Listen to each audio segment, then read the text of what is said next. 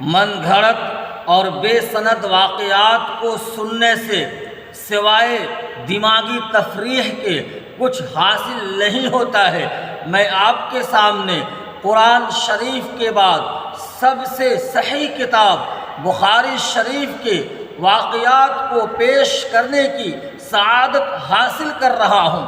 اگر آپ بھی چاہتے ہیں کہ بخاری شریف کے واقعات کو سنیں اور اپنے زندگی کو چینج کریں تو برائے مہربانی ہمارے ویڈیوز کو مکمل دیکھیں اور اپنے دوستوں تک شیئر بھی کریں۔ میں آپ کے سامنے بخاری شریف کا ایک واقعہ جو بخاری شریف میں صفحہ نمبر 111 اور حدیث نمبر 798 پر موجود ہے، وہ واقعہ یہ ہے، سب سے آخری جہنمی کا داخلہ جنت میں کس طریقے پر ہوگا۔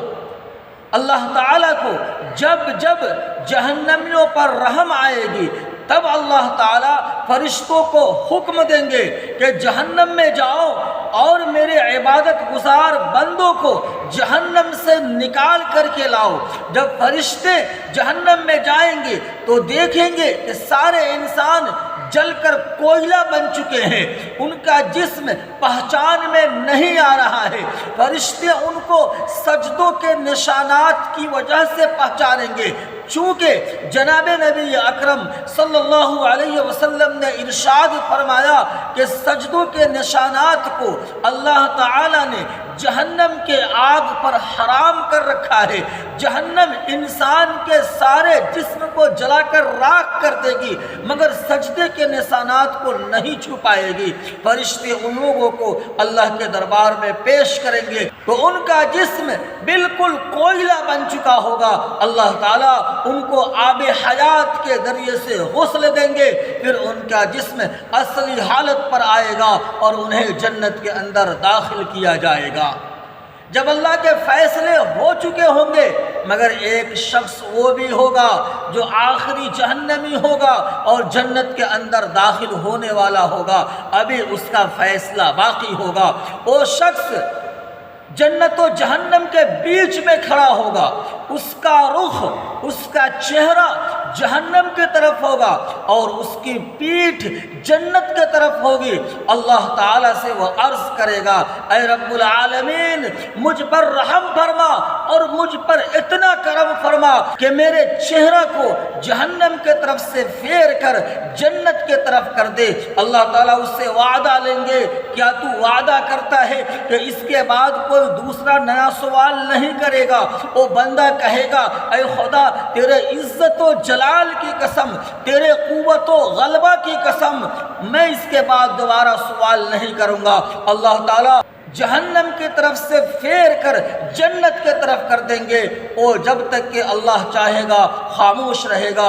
جب وہ جنت کے شادابی کو دیکھے گا، جنت کے خوشنما منظر کو دیکھے گا، چند ہی منٹوں کے بعد وہ اللہ سے سوال کر دے گا، اے اللہ مجھ پہ رحم فرما، مجھ پہ کرم فرما، مجھے جنت کے دروازے تک کے پہنچا دے۔ اللہ کہے گا، ابھی تو نے وعدہ کیا تھا کہ کوئی نیا سوال نہیں کروں گا اور پھر تو سوال کر بیٹھا، کیا گارنٹی ہے کہ دوبارہ تو نیا سوال نہیں کرے گا؟ وہ کہے گا، اے اللہ آپ میرے رب ہیں، آپ میرے کریم ہیں، مجھے آپ اپنے سب سے زیادہ بد نصیب بندوں میں مت بنائیے۔ اللہ کہے گا ٹھیک ہے، اس کے بعد کوئی دوبارہ نیا سوال مت کرنا۔ وہ بندہ وعدہ کرے گا کہ میں دوبارہ نیا سوال نہیں کروں گا، اے اللہ مجھے جنت کے دروازے تک کے پہنچا دے۔ اللہ تعالیٰ فرشتوں کو حکم دیں گے، اسے جنت کے دروازے تک پہنچا دیا جائے گا۔ پھر جب وہ شخص جنت کے اندر کے خوشنما منظر کو دیکھے گا اسے رہا نہ جائے گا۔ پھر تھوڑے ہی منٹوں کے بعد وہ اللہ سے سوال کر بیٹھے گا، اے خدا مجھے جنت کے اندر داخل کر دے۔ اللہ تعالیٰ فرمائے گا، اے انسان تو بار بار وعدہ خلافی کیوں کر رہا ہے؟ تو اپنے وعدہ کو کیوں توڑ رہا ہے؟ ابھی تو نے پہلا وعدہ کیا میں نے تیرے چہرہ کو جہنم کے طرف سے جنت کی طرف پھیر دیا، تو نے اس کے بعد پھر وعدہ توڑ دیا۔ تو نے دوسرا وعدہ کیا میں نے تجھے جنت کے دروازے کے پاس لا کر کھڑا کر دیا، اب تو یہاں اپنے وعدہ کو توڑ رہا ہے اور تو یہ کہہ رہا ہے کہ مجھے جنت کے اندر داخل کر دے۔ اللہ تعالیٰ سے وہ بندہ عرض کرے گا اے رب کریم، اے مولا جلیل، تو مجھے اپنے بد نصیب بندوں میں شامل نہ فرما۔ اللہ تعالیٰ کو اس بندے پر رحم آئے گی اور اس کو جنت کے اندر داخل کر دیں گے۔ جب وہ بندہ جنت کے اندر داخل ہو جائے گا، اس کے خواہشات کے انبار اس کے سامنے آ جائیں گے، وہ اللہ تعالیٰ سے اپنے خواہشات کا اظہار کرے گا، طرح طرح کی اس کی خواہشیں ہوں گی۔ جب اس کی خواہشوں کی تکمیل ہو جائے گی، اس کی خواہشیں ختم ہو جائیں گی، تو اللہ تعالیٰ اب اس بندے سے اس کی خواہشات کو شمار کرائے گا کہ اے بندہ ابھی تیری فلاں خواہش باقی رہ گئی ہے، اس کی بھی تکمیل کر لے، وہ بھی سوال کر لے، وہ بھی مانگ لے۔ اللہ تعالیٰ الگ الگ خواہشات کو شمار کرائیں گے، وہ بندہ الگ الگ خواہشات کو اللہ سے مانگے گا۔